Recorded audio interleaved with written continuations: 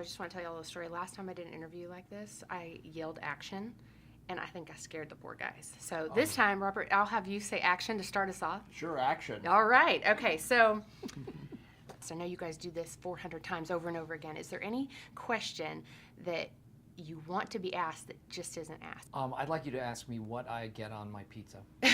What do you get on your pizza? I usually get half cheese on one half of the pizza and pepperoni and mushrooms on the other half. Okay. Just so you can mix it up a little bit. Right, and I'd like to have you ask me about the time machine in the movie. Okay. Okay. Okay. You know, because I think that's important that everyone knows about that. Long story shorter style, what is this movie really about? Yeah, that's a hard question for a filmmaker to answer, but I think it's a story about hope. I think it's it's a life-affirming story, and it's a heartfelt and heartwarming story, and heartbreaking in a lot of places too. But it's also funny and entertaining, and it's got a lot of action in it, and it's one of those movies that kind of touches on every genre. Yeah, it is. And I know when you make a film, you want to make people laugh, you may make people cry. What did you want us to feel when watching this movie? The thing that is important for me is, you know, to feel what the character is feeling, and to feel the hope that the movie puts forward, you know, in his ability to heal himself through his art. And that's what appealed to me more than anything, and I think everyone can identify with that. What do you think people are going to connect with most in the movie? Well, I think certainly his situation is, you know, extremely tragic, and it's something that, you know, most people aren't going to relate to specifically. But I think this idea of using artistic expression to try to make sense of difficult things that happen to us and complex things that we're trying to figure out is very universal. And I think that's why everyone, you know, expresses themselves artistically, whether you're singing in the church choir or you're baking cookies or whatever it is that you might be doing. We need that. We need that as humans, and I think everyone can relate to that. Yeah. When the film is based on a real person, a living human, I know that the pressure's on. What did Mark say after he saw it? You know, he's an artist, so he understood that the film was going to be an extension of his experience, but not an exact duplication of his experience. And he really, I think, gave us free rein to interpret it, because he did have that understanding going in. But there is definitely a responsibility.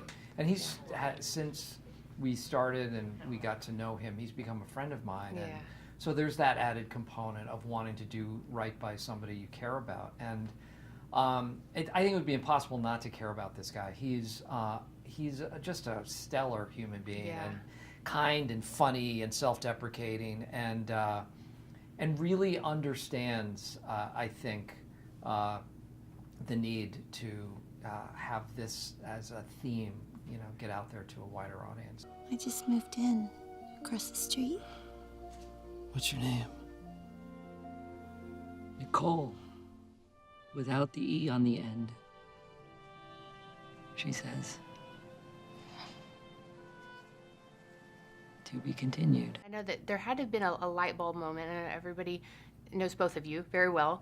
You know, obviously Forrest Gump and Back to the Future, all that. When was your light bulb moment that said, okay, Welcome to Marwen needs to be made, and why Steve? Yeah, Steve's perfect for it. You know, he's great comedic actor, great dramatic actor. He's everything I needed to have him, you know, bring this character to life in the most magnificent way, better than I ever imagined. But to answer the first question, you know, when I saw the documentary, at that moment, I really was inspired by it, and I thought that there was a germ of an idea in there that this could be expanded into a very compelling feature movie.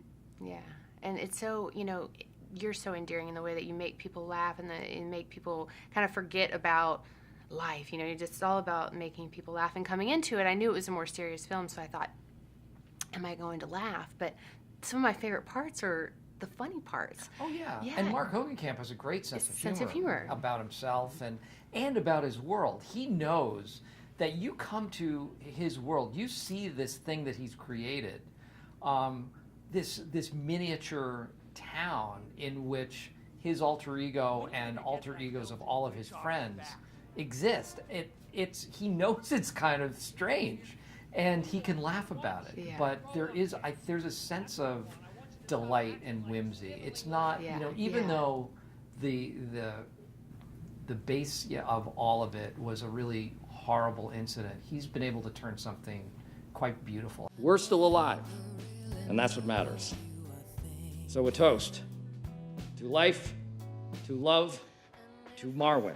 And before we go, I need to hear about the time machine. Well, there was a point in the movie where our hero is ordered to build a time machine, and I thought, well, what would he think a time machine would look like? And it would look like a flying car, is what I think. Most people would think a time machine looks like a flying car. Yeah, that's funny. What would you, if you had a village, what would you name it, both of you? Steveville. Steve.